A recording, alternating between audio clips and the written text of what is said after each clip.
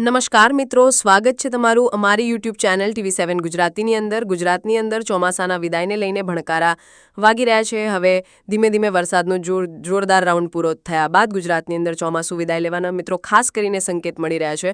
મિત્રો તમે મેપ જોઈ રહ્યા છે, આ મેપ છે ખાસ કરીને 23 તારીખ સુધીનો છે અને 23 તારીખના મેપની અંદર તમે જોઈ શકો છો કે કઈ રીતે મિત્રો ખાસ કરીને અહીંયા ઉપલા લેવલે એન્ટી સાયક્લોન બન્યા છે અને આ એન્ટી સાયક્લોન ધીમે ધીમે મિત્રો અહીંયા તમે જોઈ શકો છો કે જે સૂકી હવા છે, જે ખાસ કરીને ઠંડી હવા છે અને મિત્રો લાવી રહ્યા છે અને જે એક મિત્રો પ્રકારની સંકેત મળી રહ્યા છે કે ચોમાસું મિત્રો વિદાય લેશે। અહીંયા મિત્રો તમે મેપ પણ જોઈ શકો છો કે અહીંયા સુધીનો તમામ ભાગ મિત્રો એકદમ ક્લીન થઈ ગયો છે। તો આ મિત્રો ખાસ કરીને સંકેત મળી રહ્યા છે ચોમાસાના વિદાયના। તો આજના વિડીયોમાં મિત્રો આપણે ચોમાસાના વિદાયને લઈને જ વાત કરવાના છીએ, સાથે સાથે આગામી 15 તારીખ સુધી કેવો વરસાદ રહેશે તેને લઈને પણ વાત કરશું, એ પણ જોશું ખાસ કરીને ચોમાસાનું વિદાયને લઈને હવે મિત્રો કેવી વરસાદની આગાહી છે। આ પહેલા મિત્રો આપણે જોયું કે વાવાઝોડાએ ગુજરાતની અંદર ભૂકા કાઢી નાખ્યા। દક્ષિણ ગુજરાત, મધ્ય ગુજરાત અને ઉત્તર ગુજરાતનું બનાસકાંઠા, પાટણ સહિતના ભાગોને, કચ્છની અંદર તેમજ મોરબી અને બોટાદના વિસ્તારો, સુરેન્દ્રનગર આ વિસ્તારમાં પણ વરસાદની ઘટ હતી, પરંતુ અહીંયા સારામાં સારો વરસાદનો રાઉન્ડ આવ્યો। જો કે સૌરાષ્ટ્રની અંદર આ વર્ષે ચોમાસું મિત્રો નબળું રહ્યું છે, કારણ કે જોઈએ એવો વરસાદ છે એ છે સૌરાષ્ટ્રની અંદર પડ્યો નથી, એટલે કે ચોમાસું છે સૌરાષ્ટ્ર માટે નબળું રહ્યું, બાકી સમગ્ર ગુજરાત માટે જોરદાર આવ્યો। અને ચોમાસા માટે નબળું સૌરાષ્ટ્ર માટે રહ્યું તેનું મુખ્ય કારણ એ છે કે બંગાળની ખાડીની આ વખતે જેટલી સિસ્ટમો આવી, તમામ સિસ્ટમો છે એ ખાસ કરીને ઉપલા લેવલેથી ચાલે, એટલે કે ઉત્તર ગુજરાત, કચ્છ અને રાજસ્થાન ઉપરથી ચાલે। મોટાભાગની સિસ્ટમો છે એ ખાસ કરીને સૌરાષ્ટ્ર ઉપરથી ચાલતી હોય એ જોવા મળી નહીં, જેને લઈને સૌરાષ્ટ્રની અંદર ચોમાસું નબળું રહ્યું। પરંતુ આજના વિડીયોમાં જોશું કે ફરી એક વખત વરસાદને લઈને આગાહી છે, ત્યારબાદ ચોમાસાના વિદાયના સંકેત મળી રહ્યા છે। તો આ તમામ માહિતીની વાત આજના વિડીયોમાં કરશું, તો આ વિડીયોને અંત સુધી જોજો। તેમજ અમારી યુટ્યુબ ચેનલ TV7 ગુજરાતી પર આપ નવા હો તો ચેનલને સબસ્ક્રાઇબ કરી દેજો, તેમજ મિત્રો આ વિડીયોને લાઇક કરી દેજો। તો મિની વાવાઝોડાની અસરને કારણે ગુજરાતની અંદર ગઈકાલે પણ કચ્છની અંદર, નખત્રાણા સહિતના ભાગોની અંદર, લખપતની અંદર વરસાદ પડ્યો અને ક્યાંક મિત્રો સૌરાષ્ટ્રની અંદર પણ એકાદું ઝાપટું પડ્યું અને દક્ષિણ ગુજરાતમાં પણ એકાદું કેટલાક વિસ્તારમાં ઝાપટું પડ્યું। આમ જોવા જઈએ તો 5 થી 6 તાલુકામાં જ વરસાદ હતો, બાકી વરસાદ જોવા મળ્યો ન હતો અને ધીમે ધીમે જે સિસ્ટમ છે મિત્રો કરાચી તરફ જઈ અને ત્યાંથી મિત્રો આ સિસ્ટમ છે વિખાઈ જશે। ગુજરાતની અંદર મિત્રો ખાસ કરીને જોવા જઈએ તો હવે કોઈ પણ વરસાદને લઈને ભારે વરસાદની આગાહી નથી, પણ બંગાળની ખાડીની અંદર ફરી એક વખત મજબૂત સિસ્ટમ બની રહી છે, જેની આગાહી, જેને લઈને ગુજરાત હવામાન વિભાગે, ભારતીય હવામાન વિભાગે પણ વરસાદની આગાહી કરી છે, જે આપણે મિત્રો મેપ સાથે પણ જોશું। પહેલા મિત્રો આપણે સિસ્ટમની વાત કરીએ, ત્યારબાદ વરસાદની વાત કરીએ। તો ગુજરાતમાં હાલ કોઈ વરસાદની શક્યતા નથી, પણ અહીંયા તમે જોઈ શકો બંગાળની ખાડીમાં નીચલા લેવલે એક વાવાઝોડું, એક સિસ્ટમ બની, તો તેની અસર છે દક્ષિણ ગુજરાતમાં અને સૌરાષ્ટ્રની અંદર આગામી સમયમાં થશે ને, જેની આપણે પહેલેથી ચર્ચા કરતા આવતા હતા। તો અહીંયા તમે જોઈ શકો 13 તારીખની આસપાસ આ સિસ્ટમ છે વધારે મજબૂત બને અને 14 તારીખની આસપાસ આ સિસ્ટમ છે મહારાષ્ટ્ર, મુંબઈની અંદર ભારે વરસાદ લાવે તેવી શક્યતા હાલ મિત્રો જોવા મળી રહી। પરંતુ ખાસ કરીને દક્ષિણ ગુજરાતને કેવો લાભ થશે તેને લઈને વાત કરીએ તો આ સિસ્ટમને કારણે દક્ષિણ ગુજરાતમાં 15 તારીખની આસપાસ મિત્રો ખાસ કરીને ભારે વરસાદી ઝાપટા જોવા મળે। છૂટાછામાં અતિ ભારે સાર્વત્રિક વરસાદને લઈને કોઈ આગાહી નથી, જ્યારે સૌરાષ્ટ્રની અંદર પણ અમરેલી, ભાવનગર, જૂનાગઢ, રાજકોટની અંદર છૂટાછા વિસ્તારમાં હળવા મધ્યમ ઝાપટા, 1-2 ઇંચ સુધીનો વરસાદ પડે તેવી શક્યતા મિત્રો જોવા મળી રહી છે।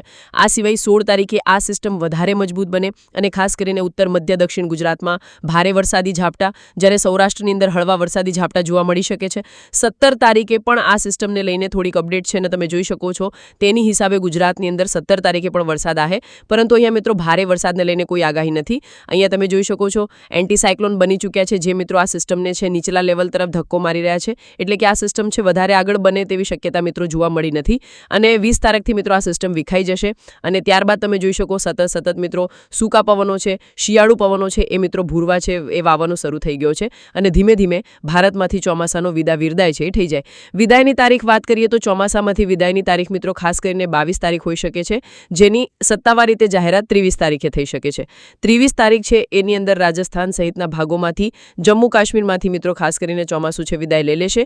ત્યાર પછી વાત કરીએ તો બંગાળની ખાડીની અંદર કોઈ મોટી સિસ્ટમ નથી અને જે પવનો છે એ પણ તમે જોઈ શકો હવે મિત્રો આવી રીતે થઈ અને વહેવા માંડ્યા છે, નકર પહેલાં આવી રીતે મધ્યમાં થઈને વહેતા। તો પવનની દિશા પણ મિત્રો અહીંયા ચેન્જ થઈ ગઈ છે, એનો મતલબ ક્લિયર કટ કે હવે જે વરસાદ આવશે તે વેસ્ટર્ન ડિસ્ટર્બન્સના માવઠા તરીકે આવશે અને તમે જોઈ શકો આવી રીતે બંગાળની ખાડીની અંદર આગામી સમયની મહિનાની અંદર કોઈ જોરદાર સિસ્ટમ બને તેવી શક્યતા હાલ મિત્રો કોઈ દેખાતી નથી. જો કે દક્ષિણ ભારતની અંદર તેમજ પૂર્વના રાજ્યો છે, આ રાજ્યોની અંદર મિત્રો વરસાદી માહોલ છે, દિવાળી સુધી ચાલુ રહેશે.